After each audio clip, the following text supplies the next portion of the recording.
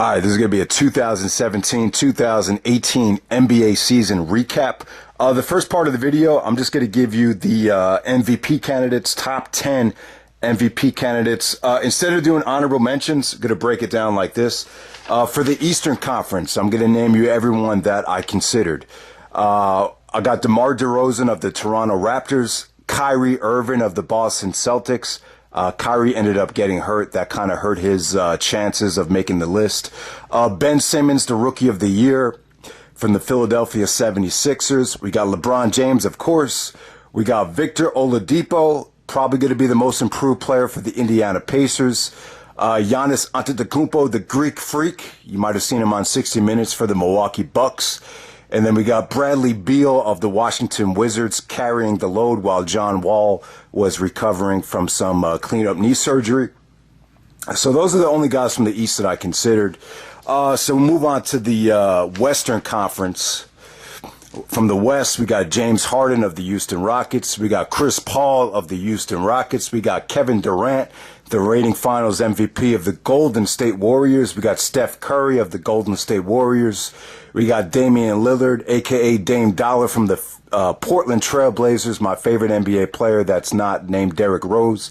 We got Donovan Mitchell, arguably the Rookie of the Year from the Utah Jazz. We got Russell Westbrook, who averages a triple-double for the second straight NBA season. We got Anthony Davis of the New Orleans Pelicans. LaMarcus Aldridge of the San Antonio Spurs. We got Jimmy Butler of the Minnesota Timberwolves. And last but not least, I'm going to mention Karl Anthony Towns of the Minnesota Timberwolves. So those are the only guys that I considered out west.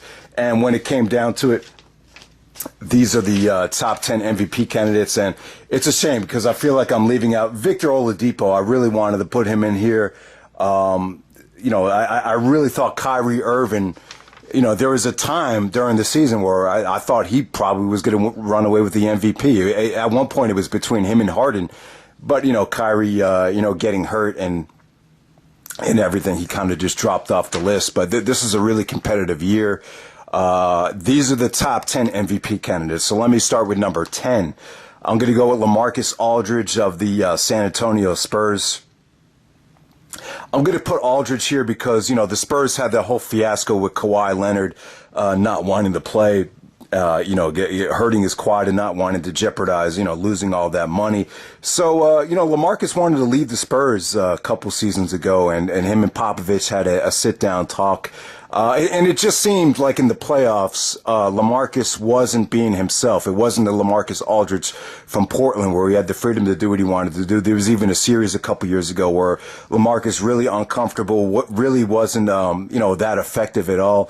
But this season right here, he really carried the load. You could just see his mentality change. It wasn't very tentative, was just a lot more aggressive, just had more of a aggressive mentality, getting rebounds, the jump shot, the fadeaway, really carried the Spurs. The Spurs just didn't have a lot of star power this year with Tony Parker hurt, Kawhi Leonard not being there. He really became like the Tim Duncan where everything really revolved around him. So, the Spurs didn't have a spectacular year. They're the 7th seed.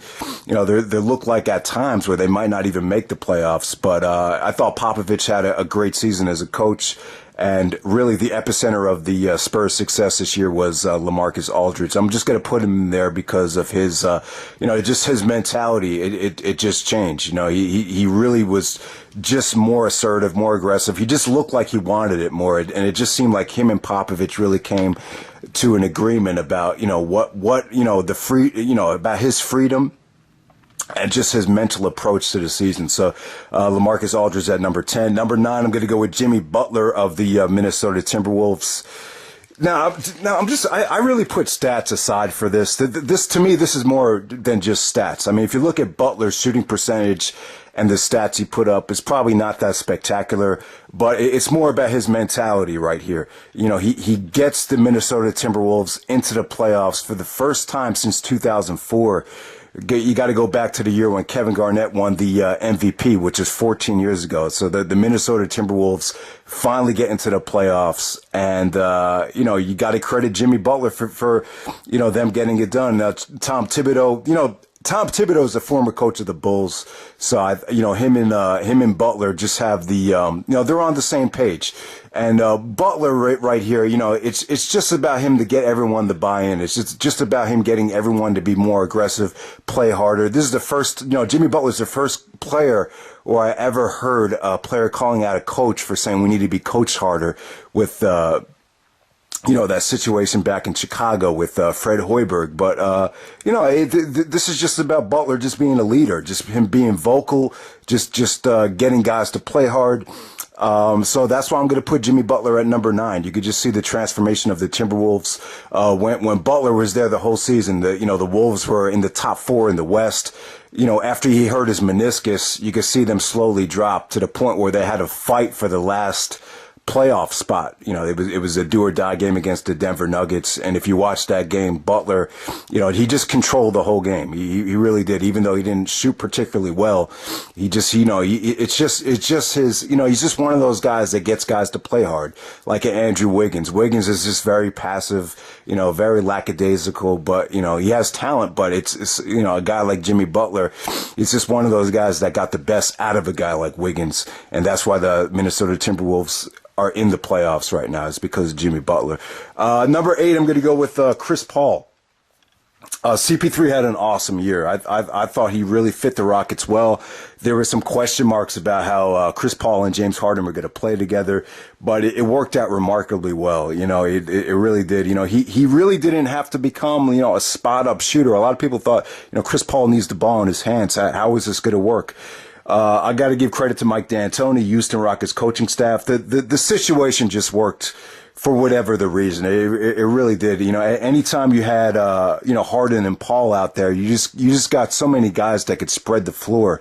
So it was kind of like having 2 James Hardens out there. I would say Paul and Harden probably the best, 2 one-on-one players in the league. But,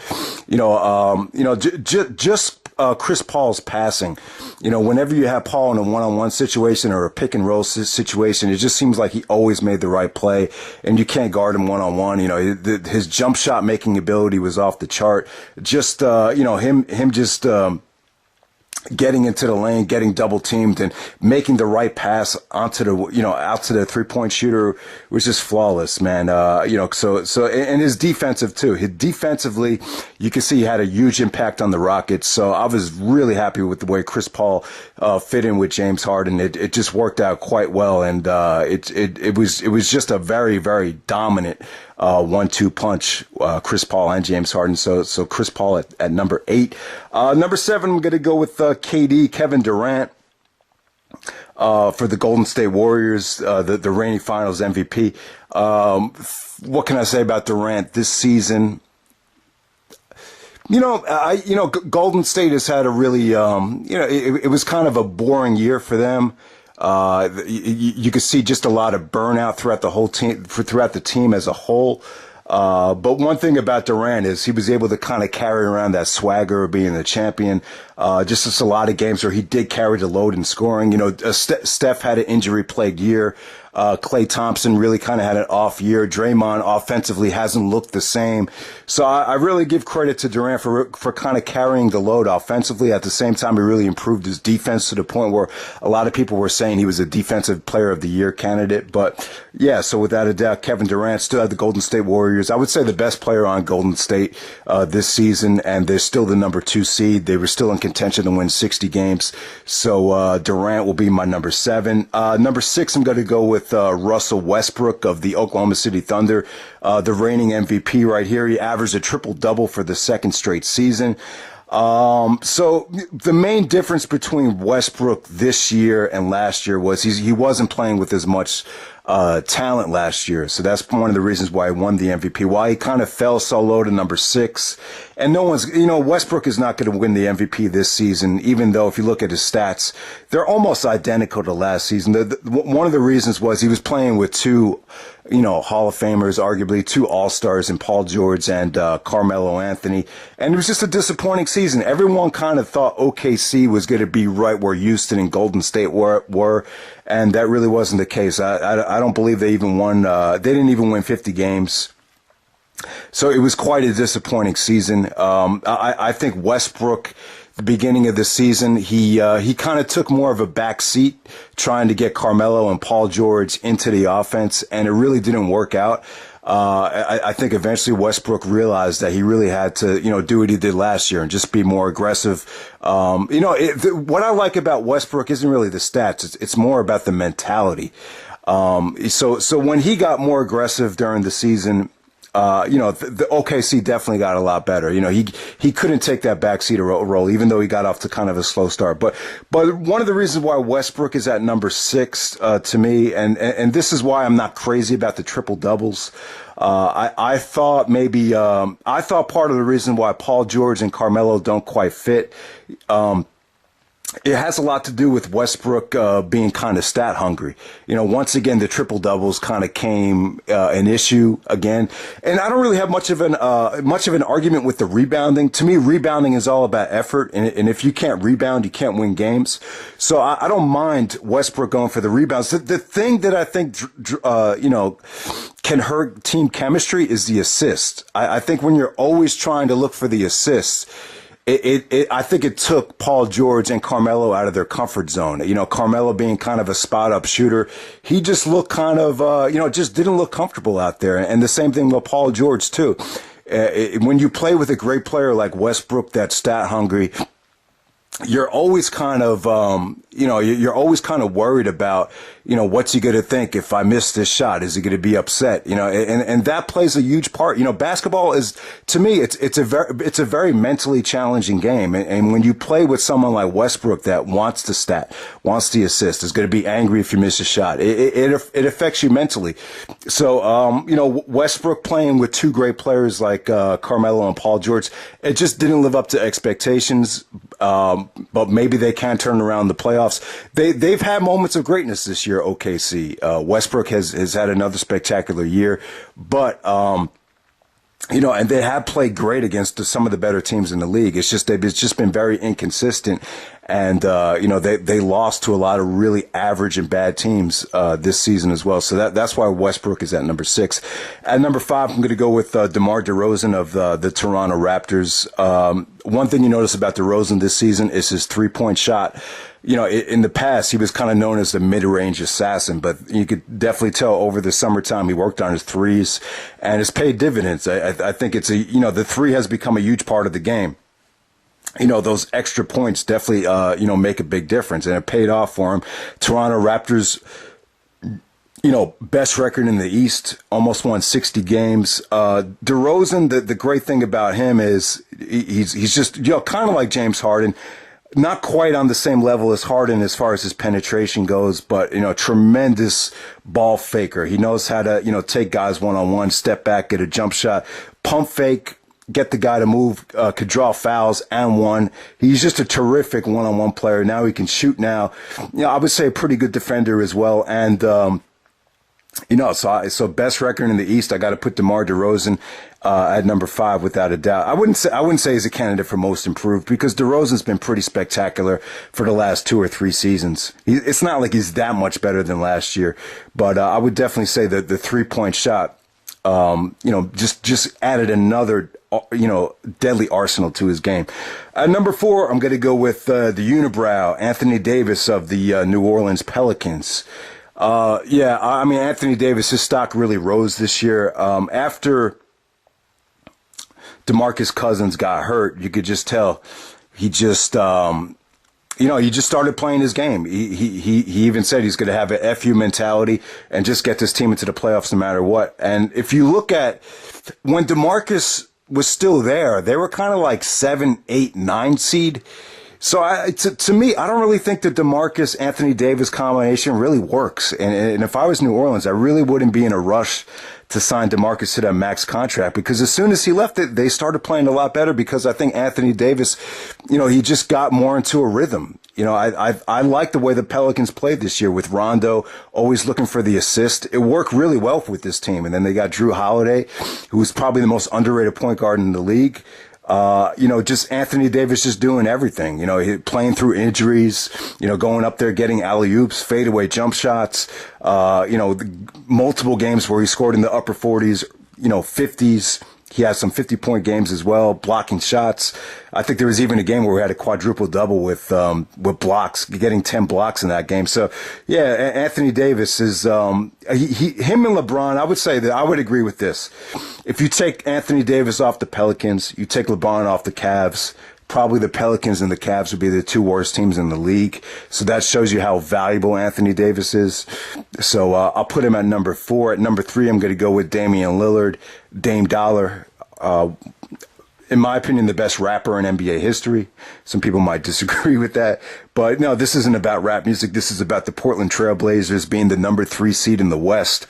Yeah, man, people just don't know how good Lillard is. And it's funny, when I had my tournament last summer, I was talking about Adidas, and, Adidas had Adidas, a sneaker company, that had to make a huge move after Derrick Rose got hurt by signing all these different guys like James Harden. And I said, then they got Lillard too. And anytime I mention Lillard's name, it just seems like the casual NBA fans don't know who he is. But you got to know who this guy is, man. He's spectacular. I would say he even got better this year. Portland as a whole just got a lot better, but, the great thing about Lillard is he's just an amazing jump shooter. He could take guys off the dribble. He very much like James Harden, but it kind of different in the way he knows how to create space, and very, very tough to guard off the dribble. The guy's just a phenomenal player. He's just great in the clutch. He could single-handedly keep you in the game. He could single-handedly bring you back if you're down 10 to 15 points in the fourth quarter.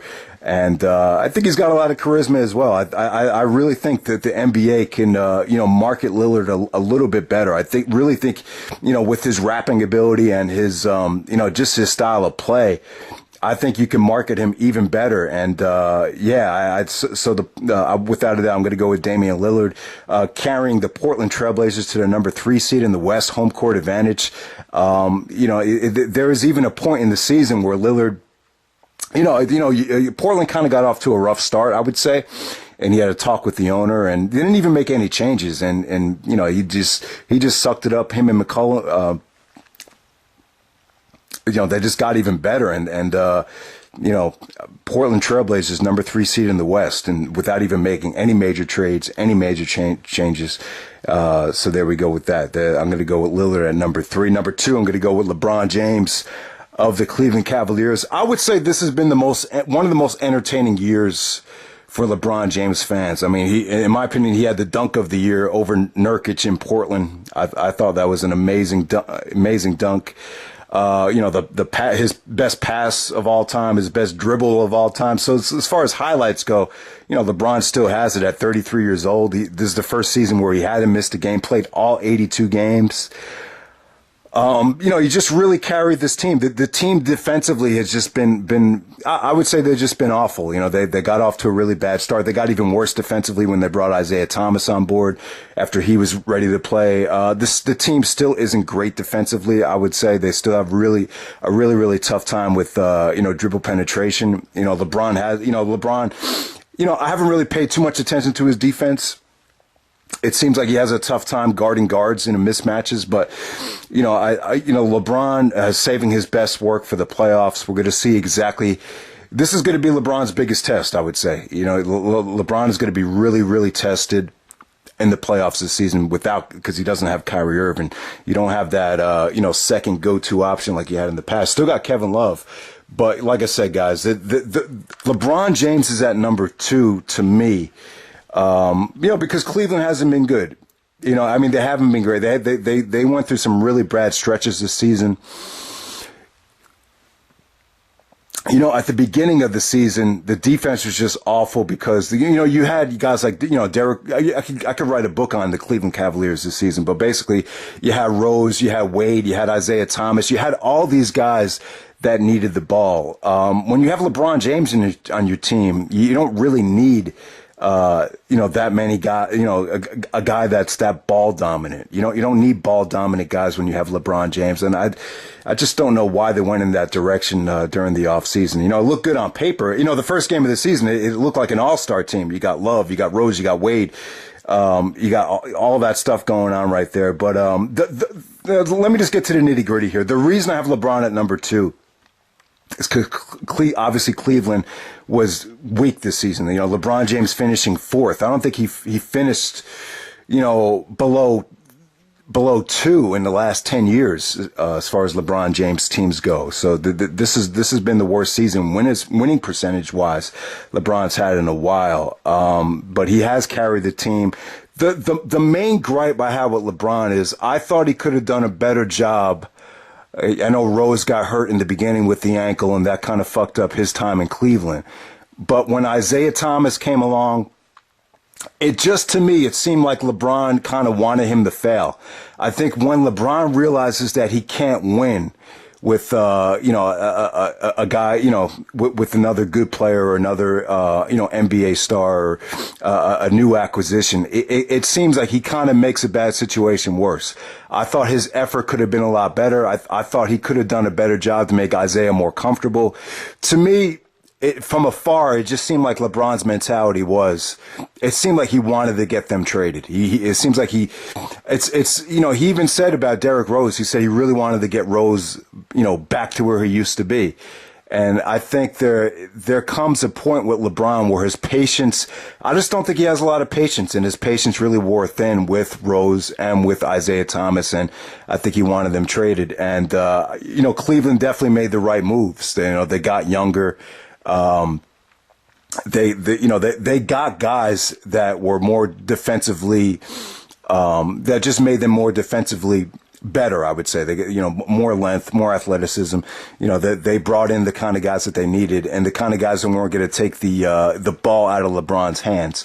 But like I said, guys, I just thought with the whole situation with Cleveland, I just thought he could have done a better job of getting, guys like Rose and more particularly Isaiah Thomas to feel a little bit more comfortable. And the whole Dwayne Wade fiasco too with J.R. Smith, that's a story for another day. Like I said, I could write a whole book on Cleveland and make it a little bit more interesting if I had the time, but you get my point. With LeBron James this season, entertaining year from a statistical standpoint.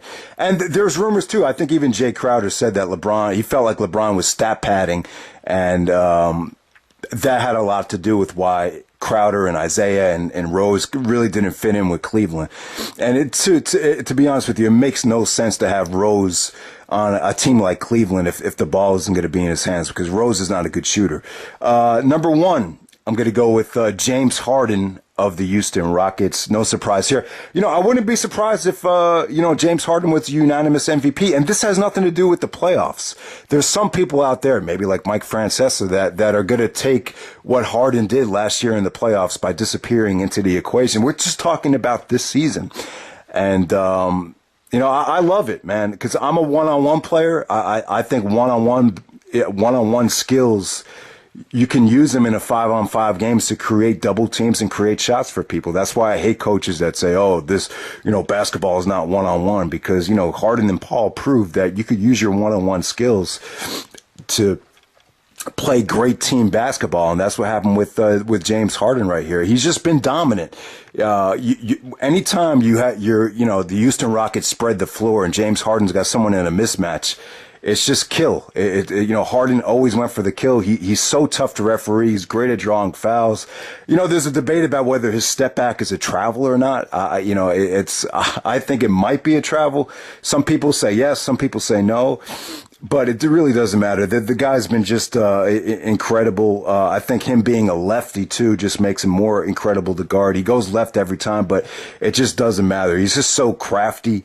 Without a doubt, James Harden, MVP, the most dominant player this season. He's the best player on the best team. I don't think anyone expected the Rockets to be this good.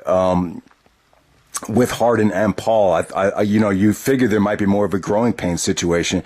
But, if you look at their record, whenever they have Harden, Paul, and and Capella in the lineup, they're almost unbeatable. They only lost maybe a couple of games with those three gentlemen in the lineup together. And the Rockets just very well coached. D'Antoni's the D'Antoni and Harden combination just worked really well together with the kind of guys they have on the perimeter. So, James Harden's my MVP without a doubt. Wouldn't be surprised if it's unanimous for this season.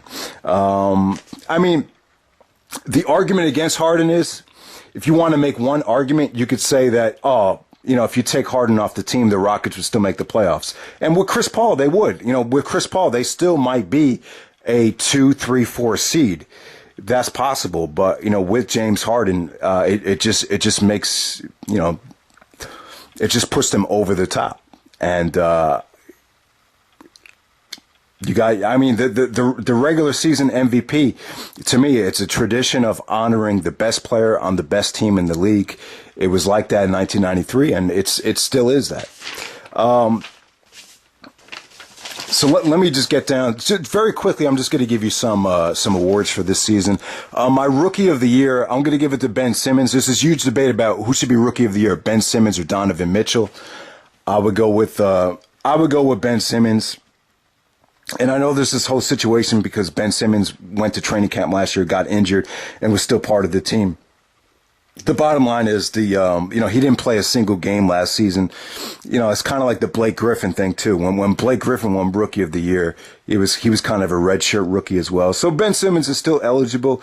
The one knock on Donovan Mitchell of the Utah Jazz was, the Jazz weren't going to make the playoffs until Rudy Gobert came back. When Gobert came back, it just made them defensively. It just put them over the top, and that's when they went on their winning streak. With Simmons, he's still been kind of able to kind of carry the load since Embiid, fractured his face. So I got to give it to Ben Simmons. He's just been so dominant. They, just a 6'10" point guard that you just can't keep out of the lane. And if you look at where the Sixers were a couple years ago, this team has been tanking for years. And Ben Simmons' first year in the league, he has him at the number 3 seed in the East. So that's a huge jump. It's a tremendous jump. And, to me, the reason why the Sixers have been so good, it's been because of Ben Simmons. So, I don't really think it's much of a debate at this point. No one expected Mitchell to be this good because of where he was drafted. You didn't see this coming from when he played at Louisville with Rick Pitino in college. But, give Donovan Mitchell a lot of credit. He's been really exciting. I even consider him for a top 10 MVP candidate. But yeah, if you're going to debate between Simmons and Mitchell, you just got to go with Simmons. If we're just talking about what they did this year, you got to go with Simmons. Coach of the year.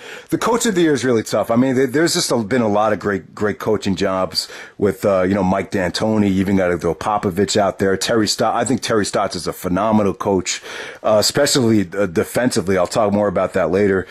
Stotts really figured out a way to guard Harden. If you saw the last Portland game.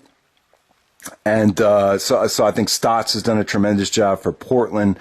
Brad Stevens for the Celtics. I could list a whole bunch of coaches. But to me, I want to give it to Dwayne Casey of the Toronto Raptors. I just like I just like what he did this season. I just think he did a tremendous job, incorporating the bench into the games, best record in the East. And sometimes they were contemplating getting rid of him a couple years ago because it just seemed like they just couldn't make that extra step to get by the Cavs. But they never had the season that they had this season with home court advantage and the best record in the East. So I'll give it to Dwayne Casey. I just think the GM and everyone was just patient with him. And, I just think he should be rewarded for all the hard work that he's been through. And, so I'll go with Dwayne Casey of, the Toronto Raptors. Defensive player of the year, I'm going to go with Rudy Gobert of the Utah Jazz.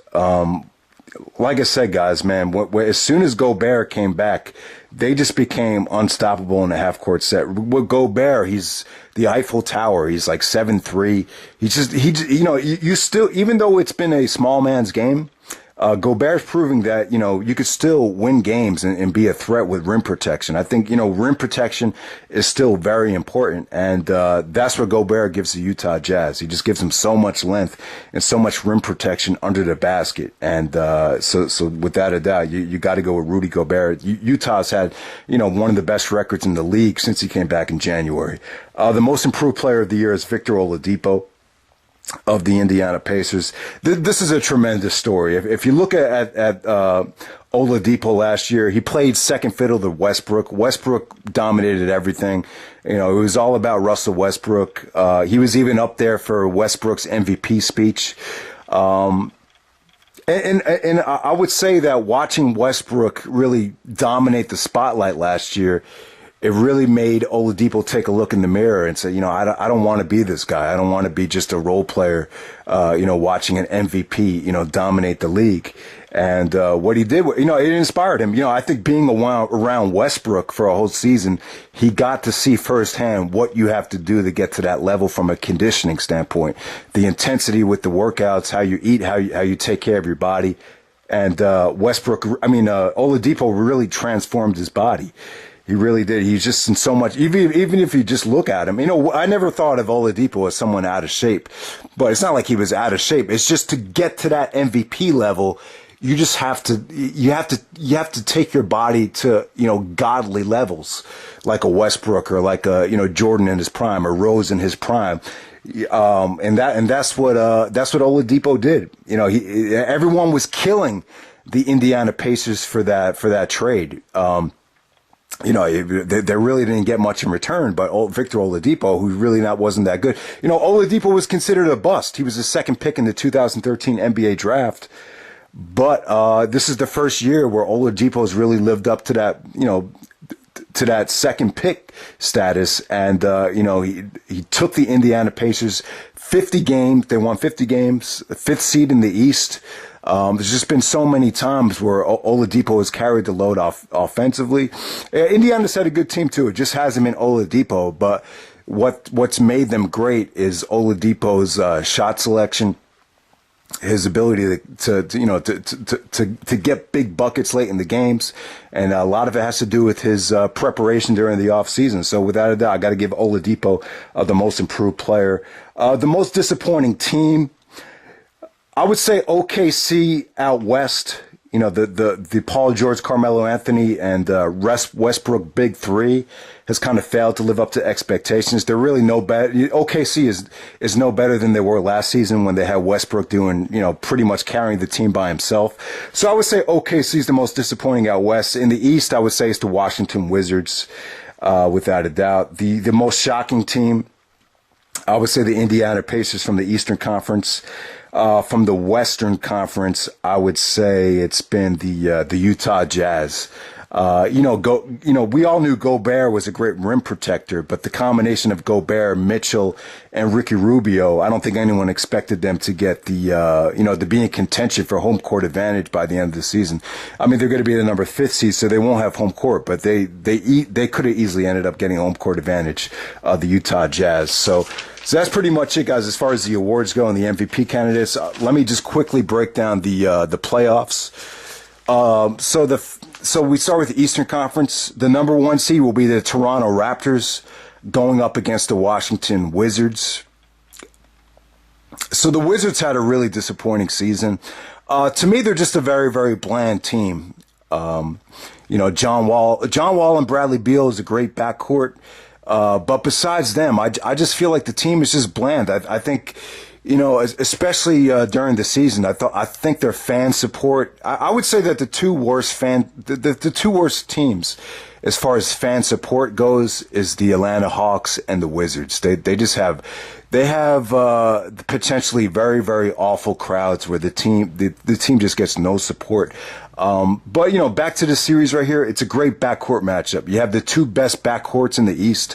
You have Lowry and Rosen up against Beal and Wall. It's a great matchup right there. But there's just been a lot of chemistry issues with the Wizards. There was even they played a lot better as a team when John Wall got hurt. So you heard a lot of rumblings about how this is a great team victory. I think the problem with John Wall is I think there's times where he gets stat hungry. I think there's a lot of jealousy on the team too with how much money Bradley Beal and John Wall make, because the other guys on the team, they're just kind of average players. It's a very bland team in my opinion.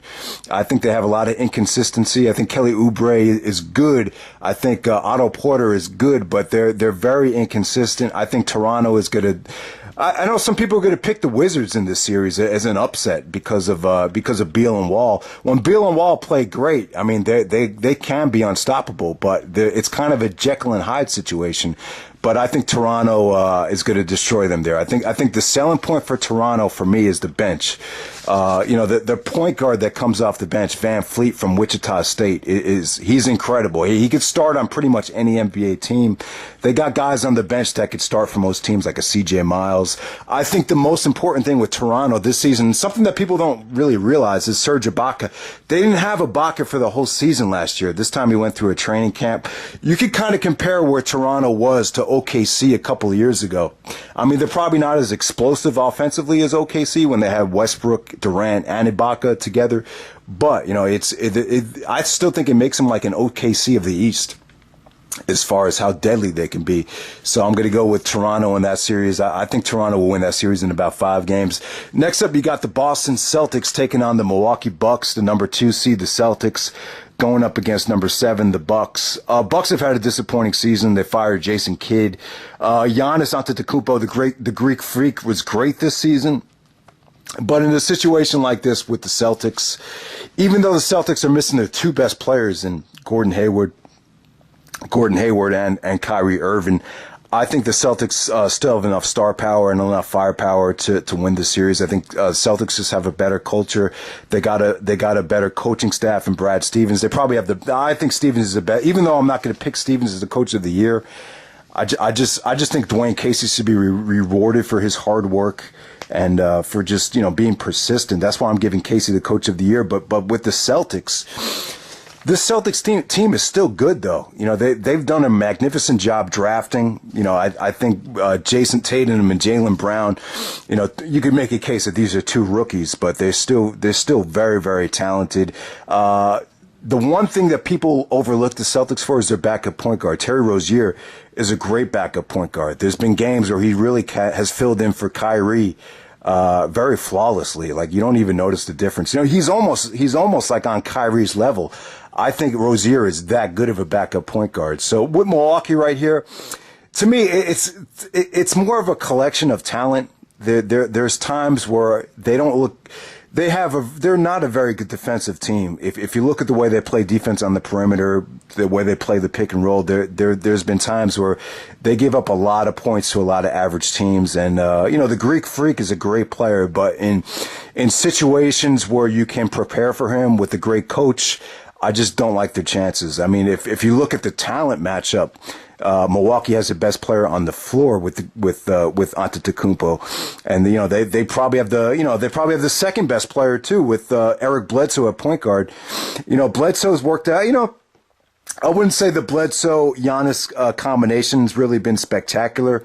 It's been quite disappointing, to be completely honest with you. Milwaukee still has better talent, but I just think with the home court advantage and the coaching, I would still say the Celtics have I still give the Celtics the edge in this series. So next up we have the Cleveland Cavaliers taking on the Indiana Pacers. Cleveland at 4, Indiana at 5. I think this would be a great series. I think there's going to be games where Oladipo's unstoppable.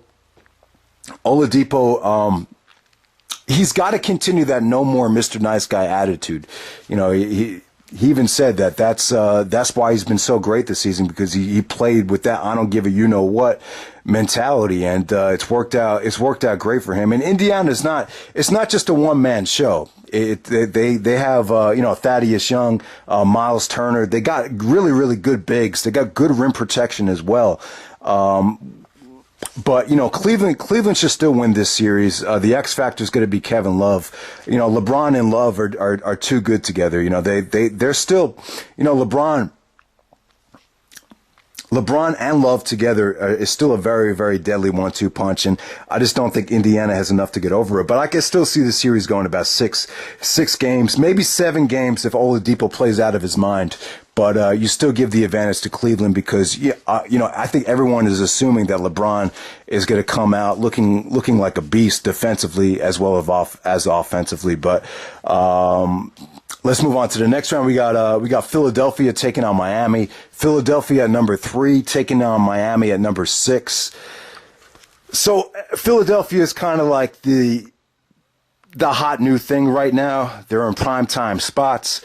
Simmons going to be the rookie of the year. You got trust the process with Embiid. You even got Markelle Fultz, the number 1 draft pick, coming back. So Philadelphia is going to have a lot of momentum going into Philly. I'm sure the Philly crowd will be great. However, though, I'm going to pick Miami in this series. I think they have the coaching advantage with Eric Spoelstra and Pat Riley. Don't forget about that. This is very important here.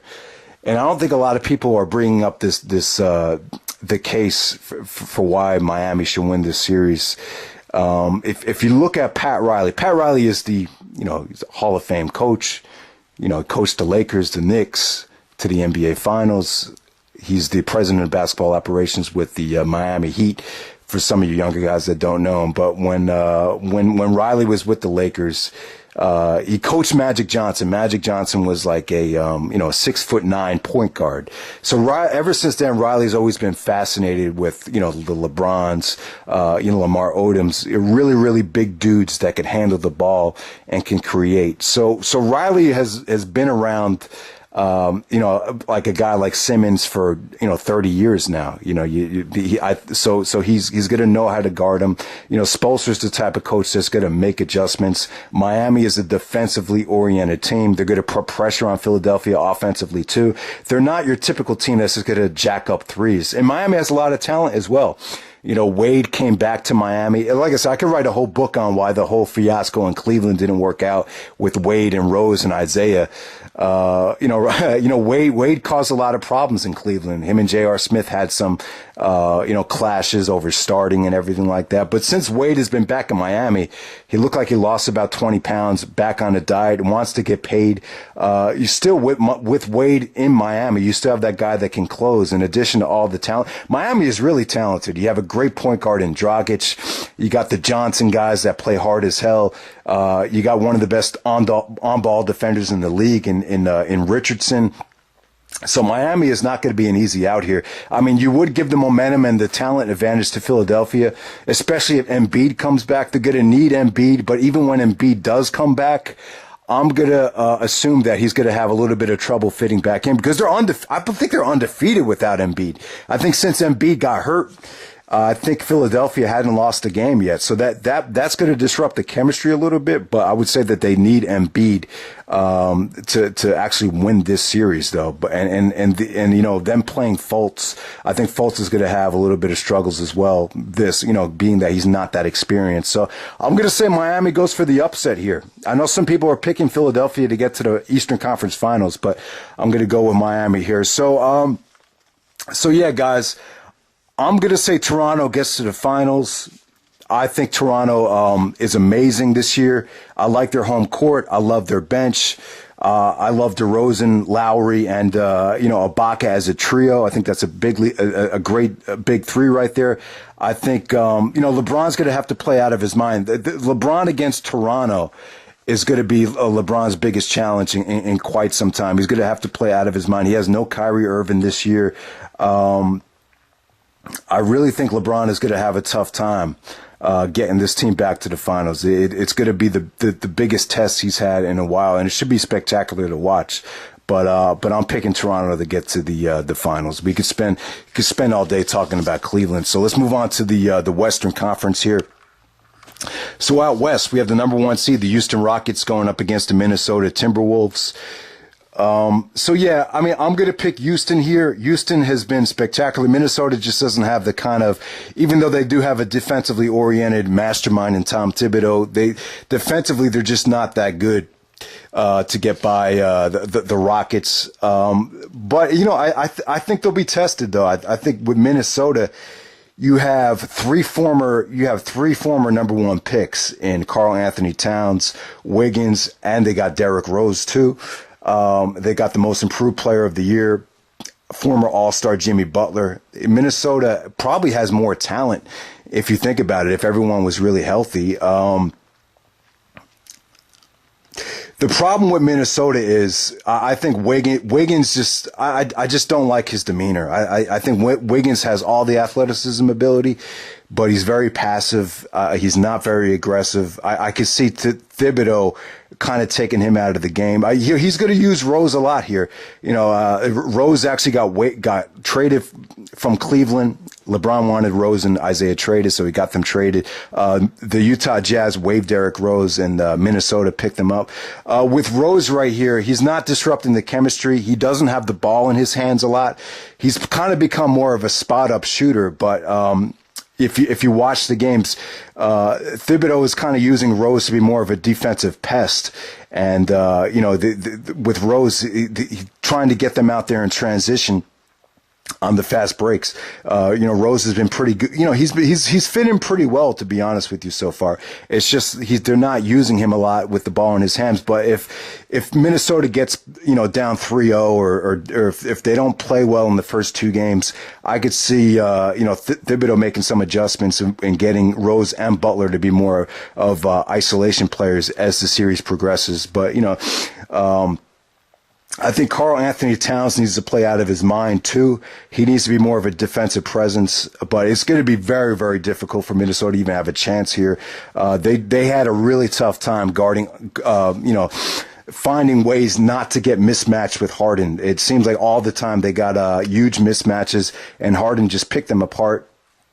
And when you do double Harden, he's going to find the three-point shooters. So it's not going to be an easy series. If Minnesota has any chance of winning, they need Rose and Butler to kind of duplicate what they did a couple years ago in the playoffs. But I just don't know. The problem with Minnesota, you have too many guys that want to shoot, too many guys that want the ball. And because of that, I think that hurts them defensively. The number 2 seed, we got the Golden State Warriors going up against the number 7 seed, the San Antonio Spurs. I'm going to pick Golden State here for obvious reasons. Golden State is not going to have Steph Curry. The Spurs are not going to have Kawhi Leonard.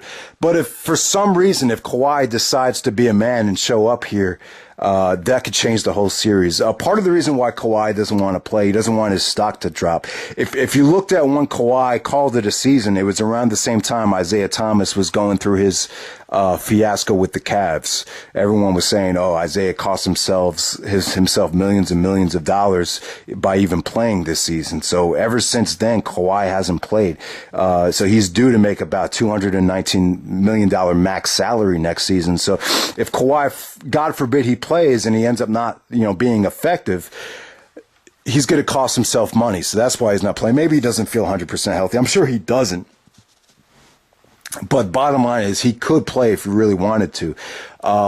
This will be Popovich's, this would be a huge chance for Popovich to show how great of a coach he is. Without Steph Curry, it's a pretty even matchup.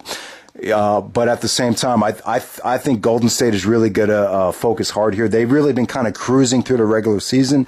And I think the difference here is going to be Draymond Green. Draymond is going to really be a leader here, really step up his intensity, and I think KD is going to have a great series as well. The problem with Steph not being in this series is if you watch the games when Steph doesn't play, Klay Thompson just looks kind of average to me. Without Steph, you're able to key on him, and he's not that effective. He's not really great at creating his own shot. So you've seen a lot of cracks in this Golden State dynasty, and so they look very vulnerable without Steph Curry. But Steph has the same injury that he had 2 years ago with an MCL sprain. That injury really took its toll on him, and he didn't play great in the 2016 NBA Finals or even in the playoffs that year. This looks to be the one year where Golden State might not get back to the finals, but it's hard not to bet against Golden State. It really is. There's been years where the Bulls didn't look good in the regular season, and some of the great Laker teams didn't look good in the regular season, and then bang, they look unstoppable during the playoffs. So the playoffs is really a tale of two seasons there, and I'm pretty sure Golden State will look a little bit different going into the playoffs this season. So next up, let me talk about OKC and Utah. OKC gets the 4th seed, and Utah gets the 5th seed. So OKC, they could have easily fallen out of the playoffs. I mean, they really haven't looked good, but miraculously they still end up with a better seed than last year. This series right here. It's going to be huge. Home court advantage is going to be huge here, and I probably would have went with Utah had they had the home court advantage. Because of the altitude and, the rim protection of Gobert, they're going to be really tough to beat at home. But with the OKC crowd, the offensive explosions that OKC can create with Carmelo and with Paul George, I still like OKC to win this series. The key to me is transition basketball.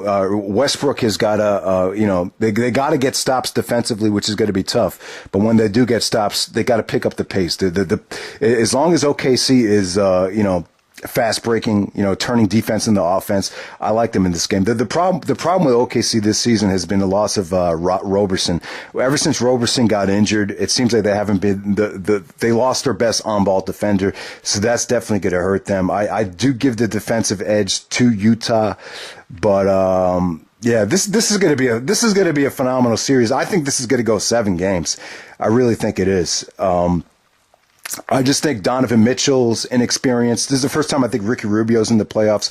So I would say Utah's inexperience is going to cost them here. Westbrook has got to play out of his mind, though, and I think he will. And I think OKC will win the series in 7 games. And I think I kind of agree with most people about Carmelo. I think Carmelo's going to be better during the playoffs because the game does slow down a little bit. It'll give Carmelo time to make adjustments. And, the Jazz play they play more slow pace than the average teams, which kind of benefits Carmelo. So I think he'll play better. I think Paul George will play even better in this series as well. But a lot is at stake here. If OKC does lose this series, I think they lose Paul George as well. I think the only way Paul George stays is if they overachieve. And to me, overachieving for OKC would just be getting to the Western Conference Finals. All right, so the last series I'll talk about is the Portland Trail Blazers against the New Orleans Pelicans. So we got the number 3 seed, the Blazers, against the number 6 seed, the Pelicans. Portland's got the home court advantage. I think they'll take this series. But this would be a good series, though. The X factor for me is Rondo. If you saw the way Rondo played in the playoffs last year, it was like the old Rondo. It was a different Rondo. Rondo needs to do whatever it takes to win. And sometimes during the regular season, when all you care about is getting assists, it backfires and it's not about winning. But in the playoffs, you get more money the more that you win. You get more of a playoff share the more that you win. So I think that's going to make a huge difference here. But I like Portland this season. I really do. I think Lillard and McCollum have gotten even better. They can create their own shot against anybody. Even with Shabazz Napier coming off the bench, it gives them 3 guards that create mismatches that can take anyone off the dribble. And at the same time, they got guys that know their role.